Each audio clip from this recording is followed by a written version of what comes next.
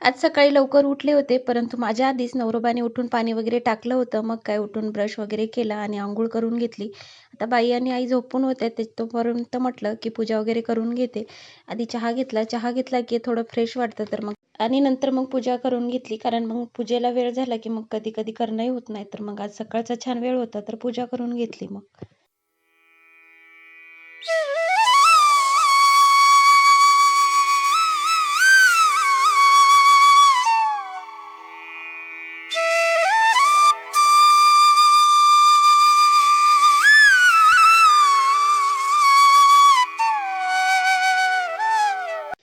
पूजा झाली की लगेच स्वयंपाक करायला घेतला. आता गॅस आहे, परंतु खाली उठ-बस करायचा मला त्रास येते. कारण एक भांडं एका जागेवर राहत नाही, वरती राहतात 5-6 मात.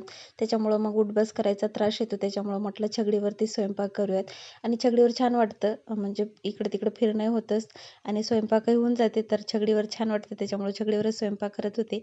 इथं बाईचं सकाळ-सकाळी चाललं होतं, की माझं बाळ आहे म्हणून तिच्या पप्पाला म्हणजे आईला चिडवत होती सारखी, की माझं बाळ आहे म्हणून आणि बघा कशी घुलत होती ती.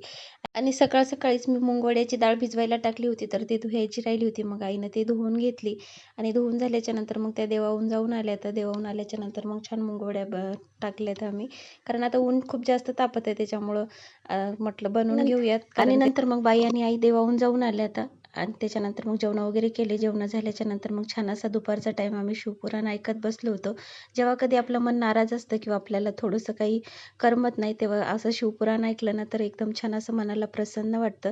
तर तुम्ही ऐकता का शिवपुराण? ते कमेंट्स करून नक्की सांगा.